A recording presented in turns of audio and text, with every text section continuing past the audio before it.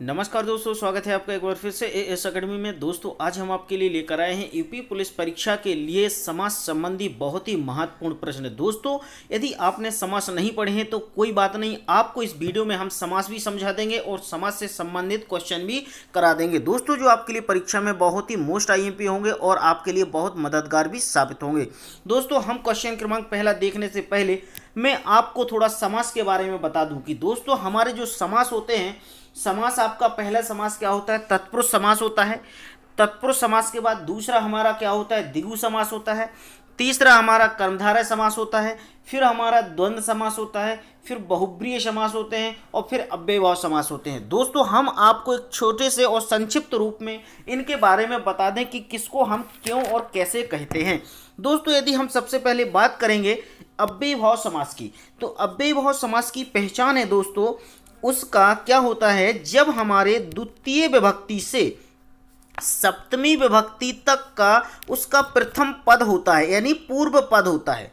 पूर्व पद उसका द्वितीय विभक्ति से सप्तमी विभक्ति तक हो और उसका जो उत्तर पद होता है वो प्रथम विभक्ति का हो, तो उसे हम क्या कहते हैं, अव्ययभाव समास कहते हैं। ठीक है, अब बात करेंगे हम द्विगु समास की। तो दोस्तों द्विगु समास में आपको ध्यान रखना है कि द्विगु समास में जब प्रथम वर्ड आपका जो प्रथम पद हो, यदि वो संख्यावाचक हो, प्रथम पद यदि उसका संख्यावाचक होता है और उत्तर पद की विशेषता को प्रकट करता है, उसे हम क्या कहते हैं, द्विगु समास कहते हैं।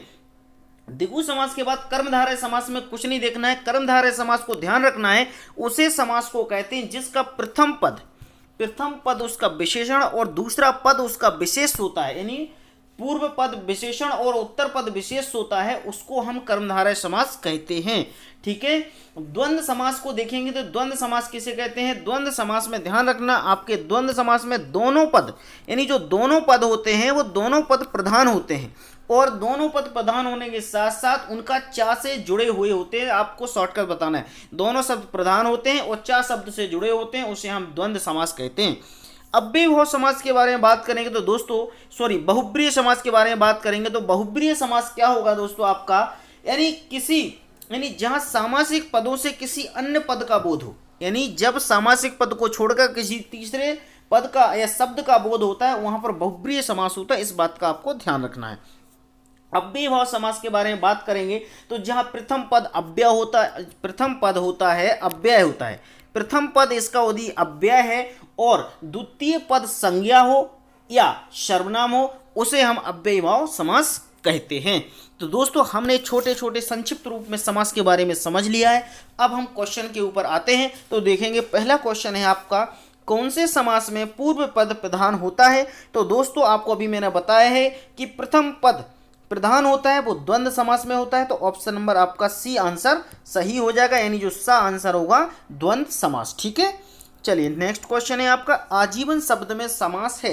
आजीवन शब्द में कौन सा समास होगा, इधर पे अव्यय तत्पुरुष द्वंद्व अव्यय, तो आजीवन में आपका क्या हो गया, अव्यय हो गया है ना, तो ऑप्शन नंबर आपका आंसर सही हो जाएगा, यानी ऑप्शन नंबर ए। ठीक है, नेक्स्ट क्वेश्चन है, तत्पुरुष समास का उदाहरण नहीं है हस्तलिखित, दोषपूर्ण, शरणागत और दुगना। अब यहाँ पर तत्पुरुष समास का उदाहरण सिर्फ दुगना नहीं है। दुगना इसलिए नहीं है क्योंकि दुगना में आपका द्विगु समास आ जाएगा, इसलिए ऑप्शन नंबर डी आंसर आपका सही होगा। ठीक है, नेक्स्ट क्वेश्चन है, नच तत्पुरुष समास किसने यानी किसमें नहीं है। अब इसमें हमें बताना है कि नच तत्पुरुष समास किसमें नहीं है। तो दोस्तों नच तत्पुरुष समास अनाथ, अभिवेक, अनंत और दहीबड़ा, तो दोस्तों इन तीनों में है ऊपर वालों में, लेकिन दहीबड़ा में नहीं है, तो ऑप्शन नंबर द आपका सही हो जाएगा। ठीक है, नेक्स्ट क्वेश्चन है, अलुक तत्पुरुष किसमें नहीं है, यानी अलुक तत्पुरुष विश्वभर और सर्जिस और खेचर और चर्मकार, तो ऑप्शन नंबर द आंसर आपका सही हो जाएगा, यानी चर्मकार में नहीं है। ठीक है, उपपद तत्पुरुष नहीं है। उपपद तत्पुरुष स्वर्णकार, गुदधानी यानी चर्मकार और कष्टप्रद, तो दोस्तों इसमें जो आंसर हो जाएगा आपका गुदधानी यानी बा आपका आंसर सही होगा। इतरेतर द्वंद्व समास है। इतरेतर द्वंद्व समास दाल रोटी, फल फूल, सीताराम और रोक टोक, तो दोस्तों इसमें जो ऑप्शन नंबर होगा आपका सा आंसर यानी सीताराम आपका सही आंसर होगा। विकल्प द्वंद्व समास नहीं है। विकल्प द्वंद्व समास धर्माधर्म, एक दो, हाथ पांव, शीतोष्ण। तो दोस्तों इसमें हाथ पांव यानी ऑप्शन नंबर सा आंसर आपका सही होगा। नेक्स्ट है महाहार सॉरी समाहार द्वंद्व समास नहीं है। समाहार जो द्वंद्व समास नहीं है उसमें आपको ध्यान रखना है कि दोस्तों आपका लीपा पोती, आग पीछा, शास्त्रास्त्र और फल फूल। तो इसमें आपका दोस्तों कौन सा आंसर हो जाएगा? शास्त्रास्त्र, है ना। ऑप्शन नंबर सा आंसर आपका सही होगा। बहुब्रीहि समास है वीणा पानी, 25 और तुलसीकृत और दोषपूर्ण। तो आपका जो बहुब्रीहि समास होगा वो बहुब्रीहि क्या है? वीणा पाणी में होगा, क्योंकि ये तीसरा अर्थ निकल रहा है इससे, ठीक है। तो ऑप्शन नंबर आ सही आंसर होगा। बहुब्रीहि समास नहीं है। अब बहुब्रीहि त्र्यंबकम, वज्रांग, कामचोर और गोपाल। तो दोस्तों इधर पे कामचोर में आपका बहुब्रीहि समास नहीं होगा, तो ऑप्शन नंबर सा आंसर आपका सही होगा। नेक्स्ट है अव्यय समास नहीं है। यथागत, प्रतिदिन, भयभीत और बेदाग। तो आपका जो ऑप्शन नंबर सही होगा वो होगा भयभीत, यानी ऑप्शन नंबर सा आंसर आपका सही हो जाएगा, भयभीत, ठीक है। चलिए नेक्स्ट है कर्मधारय समास नहीं है। कर्मधारय समास यानी महात्मा, महाराज, तिरंगा और कुपुत्र।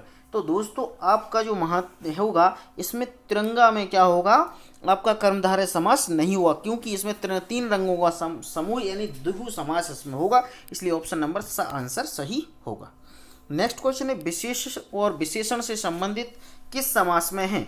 अब यहाँ पर विशेष और विशेषण से संबंध किस समास से है? अव्ययीभाव समास, कर्मधारय समास, तत्पुरुष समास और द्वंद्व समास। तो दोस्तों आपको बताया था जिसमें विशेषण और विशेष होते हैं वह किस समास से संबंध रखते हैं? वो हमेशा कर्मधारय समास से रखते हैं। तो ऑप्शन नंबर बा आंसर आपका सही हो जाएगा। नेक्स्ट है कौन से समास के द्वितीय पद प्रधान होते हैं? अब आपको ध्यान रखना है कि कौन से पद का कौन सा समास है जिसका द्वितीय पद प्रधान होता है। तो अव्ययीभाव समास, कर्मधारय समास, तत्पुरुष समास और द्वंद्व समास। तो मैंने आपको ध्यान रखना है कि आपका द्वंद्व समास में दोनों पद प्रधान होते हैं। द्वितीय मतलब प्रथम भी होता है, द्वितीय पद भी होता है। तो द्वितीय पद यानी प्रथम और द्वितीय दोनों होते हैं। तो ऑप्शन नंबर द आपका सही आंसर होगा, ठीक है। चलिए नेक्स्ट क्वेश्चन देखेंगे दोस्तों। इसमें हम समास बताओ यानी पीताम्बर में समास कौन सा है? पीताम्बर कर्मधारय समास, बहुप्रिय समास, द्वंद्व समास और तत्पुरुष समास। पीताम्बर में आपका कौन सा समास हो जाएगा? पीताम्बर में होगा दोस्तों बहुप्रिय समास, क्योंकि ये तीसरा ही शब्द का अर्थ निकल रहा है, इसलिए इसका हो जाएगा ऑप्शन नंबर बी आंसर सही, यानी बहुप्रिय समास, ठीक है। चलिए नेक्स्ट क्वेश्चन है मृगनयनी। मृगनयनी में कौन सा समास होगा? कर्मधारय समास, बहुप्रिय समास, द्वंद्व समास या तत्पुरुष। मृगनयनी यानी मृग नयनी, तो इसमें हो जाएगा दोस्तों आपका मृग नयनी में विशेषण और विशेष दोनों होंगे। तो आपका ऑप्शन नंबर आ आंसर सही हो जाएगा, ठीक है। चलिए नेक्स्ट क्वेश्चन है संसार सागर। संसार सागर में कर्मधारय, द्वंद्व, बहुब्रीहि या तत्पुरुष। तो दोस्तों जो संसार सागर में होगा आपका संसार सागर यानी क्या होगा? इसमें संसार चा सागर यानी संसार और सागर दोनों शब्द प्रधान होंगे, संसार और सागर। तो ऑप्शन नंबर आपका आ आंसर सही हो जाएगा, यानी कर्मधारय, ठीक है। आ आंसर आपका सही हो जाएगा, ठीक है। नेक्स्ट क्वेश्चन है आपका पराश्रित क्या है? पराश्रित क्या है? कर्म तत्पुरुष है, अधिकरण है, संबंध है, संप्रदाय है। तो अधिकरण होगा दोस्तों पराश्रय में, जो आपका होगा वो कौन सा? अधिकरण, यानी ऑप्शन नंबर बा आंसर आपका सही होगा। बेखबर में द्वंद्व समास, द्विगु समास, अव्ययी समास और तत्पुरुष। तो दोस्तों बेखबर में आपका होगा अव्ययी समास। तो ऑप्शन नंबर सा आंसर आपका सही हो जाएगा। तत्पुरुष समास में प्रथम प्रधान पद माना जाता है। तत्पुरुष समास में जो तत्पुरुष समास होता है उसमें प्रधान कौन सा माना जाता है दोस्तों? आप ध्यान रखना, प्रधान हमेशा तत्पुरुष समास में उत्तर पद प्रधान माना जाता है, ठीक है। तो ऑप्शन नंबर आपका बी आंसर सही हो जाएगा। नेक्स्ट क्वेश्चन है जिन शब्दों में रूपक अलंकार हो वहाँ कौन सा समास माना जाता है? वहाँ पर जिन शब्दों में रूपक अलंकार हो वहाँ पर आपका कर्म तत्पुरुष माना जाता है, कर्म समास माना जाता है। तो ऑप्शन नंबर आपका बा सही आंसर हो जाएगा। नेक्स्ट है त्रिलोचन में त्रिलोचन ने कामदेव को भस्म कर दिया। त्रिलोचन ने कामदेव को भस्म कर दिया, त्रिलोचन में समास है। अब यहाँ पर तीसरा ही अर्थ आ रहा है, तो यहाँ पर क्या हो जाएगा? बहुप्रिय समास, यानी ऑप्शन नंबर ब आंसर आपका सही होगा, ठीक है। नेक्स्ट है किस समास में उत्तर पद प्रधान होता है? अब आपको ध्यान रखना है उत्तर पद किस में प्रधान होता है? उत्तर पद हमेशा इसमें किसमें होता है, द्वंद्व समास में उत्तर पद प्रधान होता है। ठीक है, तो ऑप्शन नंबर आपका कौन सा हो जाएगा, द आंसर आपका सही होगा। नेक्स्ट है आपका धर्म प्राण पद का विग्रह कीजिए, यानी धर्म ही है प्राण जिनके बह, धर्म ही है प्राण जिनके बह, तो ऑप्शन नंबर द आंसर आपका सही होगा। नेक्स्ट है सामासिक पद का चयन कीजिए, कल्लोल, सुख साधन, संपर्क और बिजली, तो इसमें सुख साधन आपका सामासिक पद होगा। ठीक है, तो ऑप्शन नंबर ब आंसर आपका सही हो जाएगा। चलिए नेक्स्ट क्वेश्चन है, द्वंद्व समास में कौन सा पद प्रधान होता है। द्वंद्व समास में आपका कौन सा पद प्रधान होता है।